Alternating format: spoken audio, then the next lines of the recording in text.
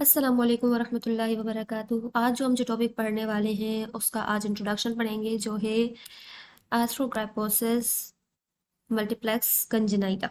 ठीक है, I am doctor Bushra Malik and now starting from first let's break the term. तो arthrogryposis multiplex कंजेनाइटा एक चार लफ्ज पे मुश्तमिल एक पूरी टर्म है। ठीक है, हमें पता है ऑर्थो का मतलब होता है जॉइंट, ग्राइपोसिस मतलब बैंड, यानी जॉइंट बैंड हुआ हुआ होगा, ठीक है, या कर्व्ड होगा। ग्राइपोसिस का मतलब बैंड या कर्व्ड होता है। तो जॉइंट कर्व्ड है। मल्टीप्लेक्स मतलब मल्टीपल जगहों से, मल्टीपल बॉडी एरियाज के जॉइंट्स, मल्टीपल बॉडी एरियाज के जॉइंट्स कर्व्ड है। कंजेनाइटा मीन्स बाय बर्थ, यानी ऐसी कंडीशन जिसमें बच्चों के यानी कंजेनाइटली बेबीज के अंदर आपको जॉइंट्स की बेंडिंग देखने को मिलती है, वो भी मल्टीपल जॉइंट्स में। तो इस कंडीशन को हम नाम देते हैं आर्थ्रोग्राइपोसिस मल्टीप्लेक्स कंजेनाइटा। ठीक है, now starting from the definition, तो आर्थ्रोग्राइपोसिस मल्टीप्लेक्स कंजेनाइटा एक नॉन प्रोग्रेसिव न्यूरोमस्कुलर सिंड्रोम है, जो कि बर्थ के टाइम पे आपको देखने को मिलता है। एएमसी जो है उसमें आपको बेबीज के अंदर सीवियर जॉइंट कॉन्ट्रक्चर्स देखने को मिलते हैं इन टू और मोर बॉडी एरियाज में। It affects early development of the joints, body joints in fetus, most commonly the larger joints in the upper and lower limbs. And the child born with AMC have limited mobility and obvious joints deformity. तो AMC का ये है कि आपके body के larger joints ज़्यादा मुतासिर होते हैं, जैसे कि टाइप्स होती हैं। ठीक है, एएमसी की फिर हम फॉर्म्स पढ़ते हैं, टाइप्स होती हैं, क्लासेस होती हैं, उनके अकॉर्डिंग हम बात करते हैं। लेकिन मोस्ट कॉमन जो टाइप है उसके हिसाब से अगर बात की जाए तो लार्जर जॉइंट ज़्यादा मुतासिर होते हैं, जैसे नी जॉइंट हो गया, हिप जॉइंट हो गया, एल्बो शोल्डर हो गया। सही है।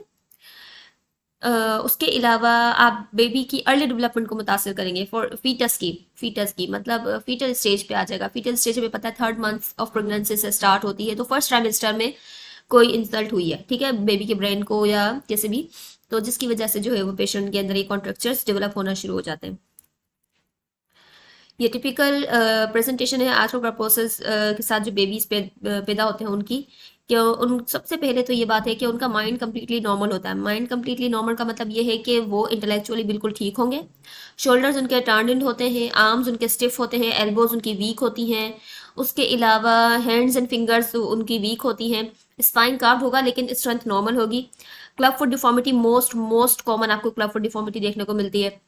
नीज बेंट होंगे या स्ट्रेट होंगे इन अ स्टिफ पोजीशन। उसके अलावा कॉन्ट्रक्चर्स या वेबिंग आपको देखने, कॉन्ट्रक्चर्स के साथ साथ, यानी नी की वजह से कॉन्ट्रक्चर है, फ्लेक्शन फिक्स्ड फ्लेक्शन कॉन्ट्रक्चर है।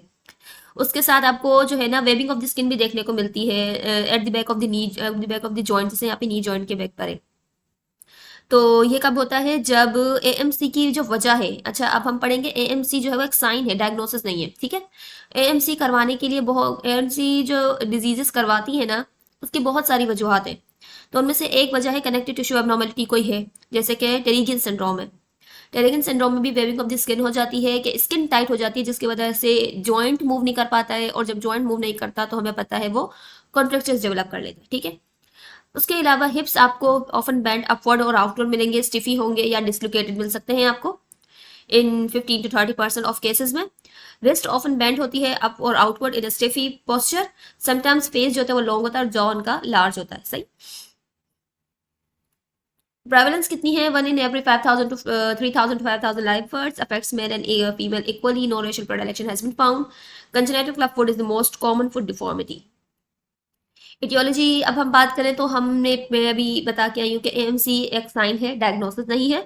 और डायग्नोसिस नहीं है, एक साइन है, तो ये साइन हम किसी न किसी शो करता है कि अंदर कोई बीमारी है। एएमसी अगर है तो ये इंडिकेट करता है कि अंदर उसके पीछे छुपी हुई कोई ना कोई डिजीज या कोई ना कोई सिंड्रोम है, जिसे हमें ढूंढना होता है। मेनी टाइम जो है वो कॉज अननोन हो जाता है, और ये माना जाता है, ये थ्योरी है, ये माना जाता है कि इंसल्ट जो हुई है वो during the first trimester of pregnancy हुई है, at the 3rd month of pregnancy, जो फीटस बनना शुरू हो जाता है, फीटल स्टेज में। बेसिक पैथोफिजियोलॉजिकल मैकेनिज्म जो है फॉर एएमसी वो है फीटल अकाइनेजिया, कि फीटल अकाइनेजिया की वजह से जो है वो क्या हो रहा है, एएमसी हो रहा है। और फीटल अकाइनेजिया कौन सी डिजीजेस करवाती है उनकी कहानी अलग है। जैसे यहाँ लिखा है कि ओवर 4,400 प्लस कंडीशंस ऐसी हैं जो कि जेनेटिक हैं और क्रोमोसोमल एबनॉर्मलिटीज उनमें हुई हुई हैं।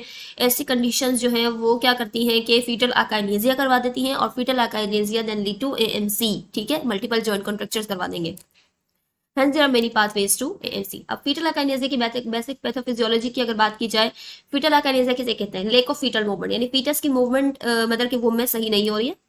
एक्स्ट्रा कनेक्टिव टिश्यूज बनना शुरू हो गए अराउंड द जॉइंट, जॉइंट की फिक्सेशन हो गई है, लिमिटेड मोशंस है, एंड देन लिमिटेड मोशंस है तो वो किसको लीड करेगा, जॉइंट कॉन्ट्रक्चर्स की तरफ लीड करेगा पेशेंट को। अब अंडरलाइन कॉजेज हम इंशाल्लाह नेक्स्ट वीडियो में पढ़ेंगे, तब तक के लिए अल्लाह हाफिज।